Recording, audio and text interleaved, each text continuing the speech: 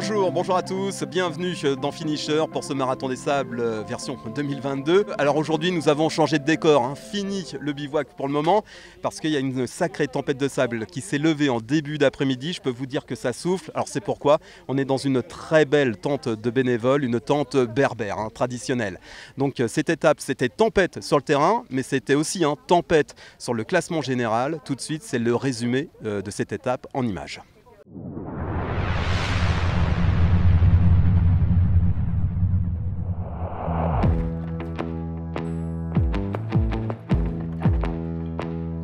It's been a year now since I left my home, and there's nobody here now. I'm on my own. Find a way.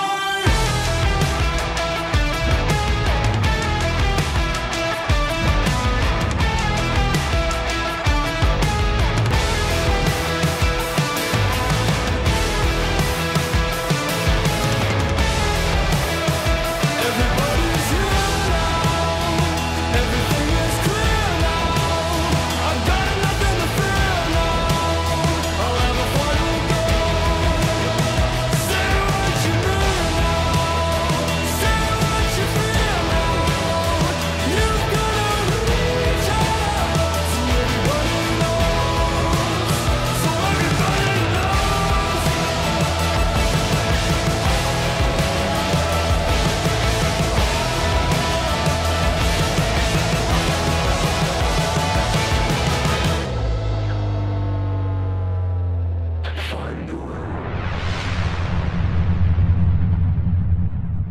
Et une fois de plus, de très belles images. L'invité du jour, c'est Julien Chourier. Bonjour Julien. Bonjour Philippe. Tout d'abord, comment tu vas à l'issue de cette deuxième étape ?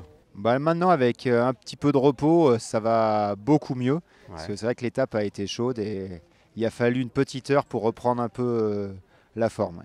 Alors, tu avais fini 11e en 2019. Chaleur plus perdition. Ouais, j'avais pas été très bon dans les dunes de Merzouga. Il y avait qu'un endroit où il fallait aller au cap. J'ai pas pris le bon. Bon, là, tu as fait 5e hier, 6e aujourd'hui. Marathon 2022, c'est plutôt bien parti là, pour ce Marathon des Sables. Je suis complètement dans mes allures et mes objectifs. Donc l'objectif maintenant, ça va être d'être régulier. Parce que devant, il y a vraiment du spécialiste. Et je pense essayer d'être à ma place. Donc il va pas falloir la lâcher. Voilà. Toi, tu vises le top 10. Ce serait parfait d'y rester. La difficulté, tu m'as dit tout à l'heure, pour toi, c'est quand c'est trop mou. Oui, Le sable, la partie molle, c'est le marathon des sables, donc forcément ça fait partie du terrain et de la spécificité, mais c'est vrai que j'ai une foulée un peu assez puissante et j'ai tendance à faire des gros trous dans le sable, à pas être très, très léger. Donc j'ai beau essayer d'être le plus à plat possible, de frôler le sable, j'y arrive pas et là-dessus on voit les spécialistes, ils avancent sans forcer et c'est frustrant. Tu es originaire de l'Isère, tu vis aujourd'hui en Savoie. Pour toi, le gros morceau du jour qui était aujourd'hui le Djebel El Otfal, c'était quoi, une formalité ? Ça m'a fait du bien de retrouver un peu des repères, un sol dur, la montée, on peut pousser sur les cuisses. Donc c'était le moment le plus agréable, que ce soit la montée et la descente, je me suis vraiment régalé. Tu abordes comment la troisième étape de demain ? La bonne nouvelle, c'est qu'elle est plus courte. Donc de retomber à 32 km, ça va aller, je pense, un peu plus vite. À regarder le parcours par rapport à 2019, il y a des parties un peu communes en partant un peu sur les crêtes. Donc c'est des crêtes qui sont rocheuses et non sableuses ou rocailleuses. Donc voilà, ça devrait être sympa. La montée, elle est très raide dans le sable, mais c'est pareil pour tout le monde là-dessus. Bon, objectif de demain, entre 5 et 6 ? Je signe tout de suite. C'est parti. Bon courage pour demain en tous les cas, merci. Merci. Allez, tout de suite, on enchaîne avec le portrait du jour. Vous allez le voir, c'est un duo père et fils. Le père, c'est une véritable légende de ce Marathon des Sables. 34 Marathons des Sables à son compteur. Son fils s'appelle Anthony. Et Anthony, lui, il a signé cette année pour sa 10e édition. Portrait.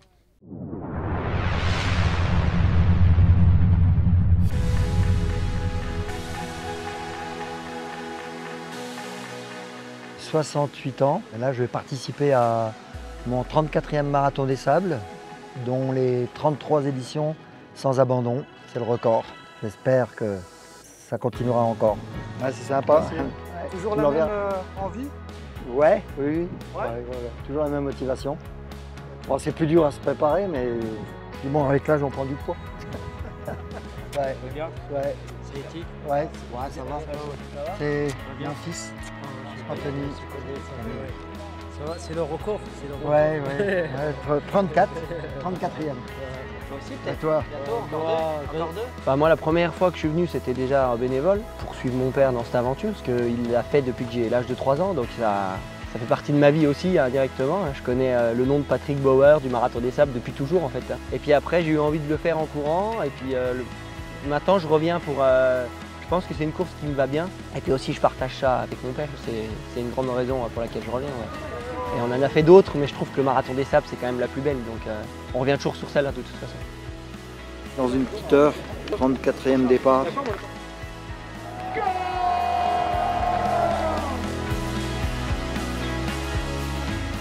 C'est sûr que par rapport à il y a 20 ans, 30 ans, j'ai fait 9 fois dans les 20 premiers. Maintenant, chaque année, c'est ce qui est compliqué.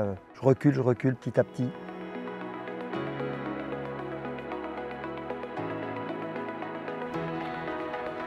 Depuis que je viens, j'ai toujours fait mieux.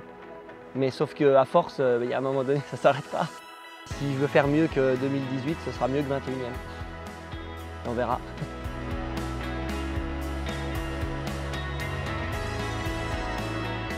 C'est la course d'une vie, la course de ma vie. C'est une passion, le désert, de rejoindre toute l'équipe, les amis qu'on retrouve sous la tente. Et puis bon, dans une vie ordinaire, ça me fait vivre des moments extraordinaires.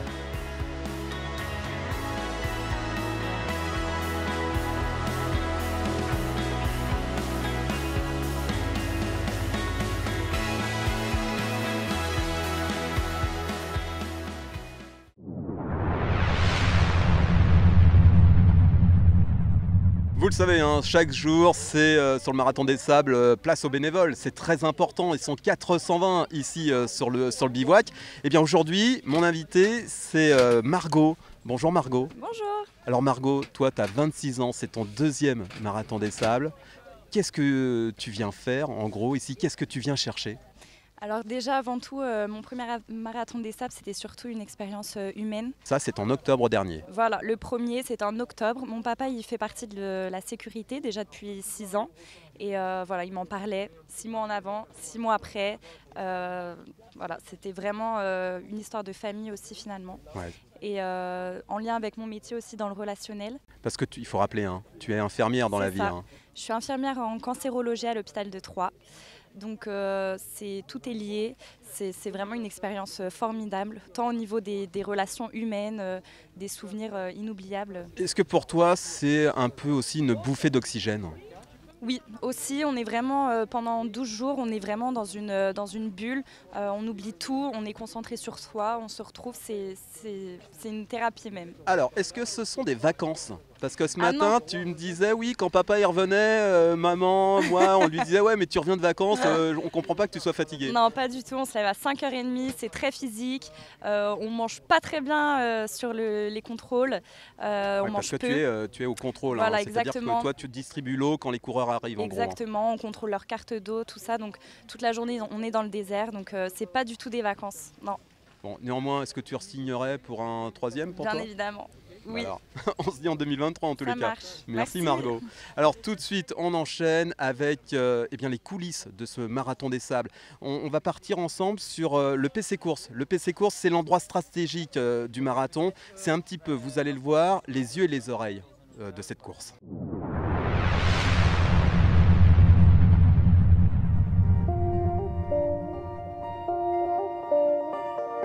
Le PC Course au MDS veille au bon déroulement de la course. Et pour veiller au bon déroulement de la course, on a plusieurs outils, dont les petites balises. Là. Ensuite, nous, tout le long de la course, on a des commissaires de course, on en a 10, qui naviguent avec leur voiture. Et dans chaque voiture, il y a 2 médecins et tout l'équipement d'urgence, d'intervention d'urgence. Et donc ces commissaires de course, nous, notre rôle, c'est de les placer de façon judicieuse tout le long de la course en fonction des difficultés du parcours et en fonction du nombre de concurrents. Il est évident que s'il y a beaucoup de concurrents, on va mettre plus de commissaires de course à cet endroit-là. Et donc tout le long de la course, on aligne. On a également des hélicos. Parce que les concurrents avec leurs petites balises, ils peuvent nous faire des appels, des SOS. Donc dès qu'on a un SOS, on envoie un hélico. Hélico 2, il faut que tu ailles à 2 km après le CP2. 2 km après le CP2. Quand tu as tes 2 docks, tu me préviens et tu décolles. On a des ambulances aussi sur le terrain. On a une assistance mécanique. Voilà, c'est ce qu'on gère à peu près au PC Course. On gère également les CP, les fermetures de CP. On donne le OK de la fermeture quand on est sûr qu'il n'y a personne derrière. On gère les chameaux qui font balai. Ils ont aussi une petite balise. Et je crois que c'est tout. Voilà, donc cette année on a presque 1000 concurrents, on a 10 commissaires de course. Nous on est 3 au PC Course, on se relaie. C'est un peu non-stop mais c'est sympa. C'est pas très compliqué mais il y a beaucoup de choses. Il faut rien oublier. Moi ça fait 8 ans que je fais ça et j'adore ça.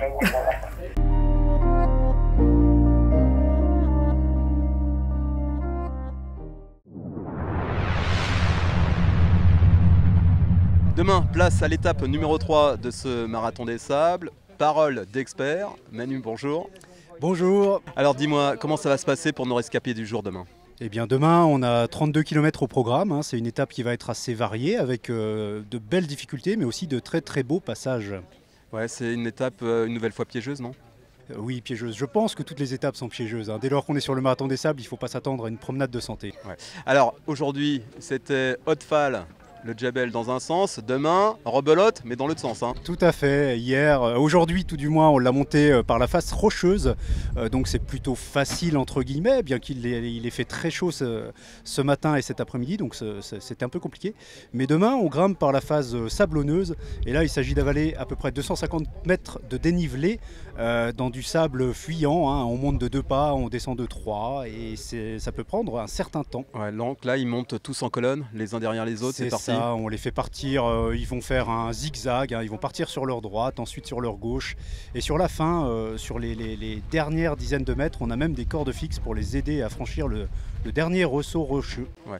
En plus, à chaque fois qu'ils sortent de leur tente, malgré la tempête de sable, ils voient ce qui va les attendre demain. Hein. Exact, le bivouac est vraiment à quelques encablures, on est à peu près à 5 km du Djebel. Mais avant de l'attaquer, ils vont devoir passer 2 autres difficultés, dont de superbes crêtes vers le kilomètre 15 par là. C'est vraiment magnifique et on va produire de très belles images demain. Voilà, donc vous savez ce qui attend demain, en fait, tous ces participants de ce marathon des sables. Tout de suite, on enchaîne d'ailleurs avec les plus belles images du jour.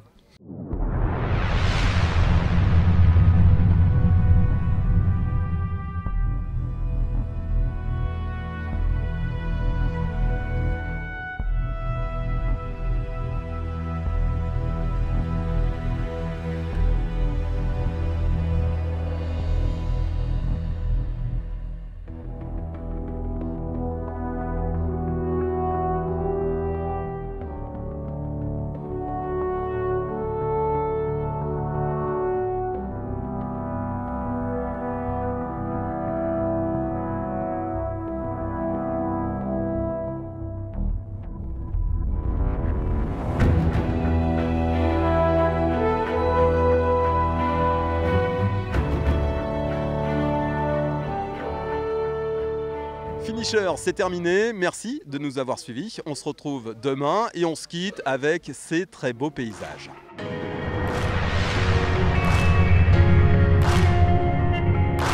Down, down, down. Down, down, down. Down.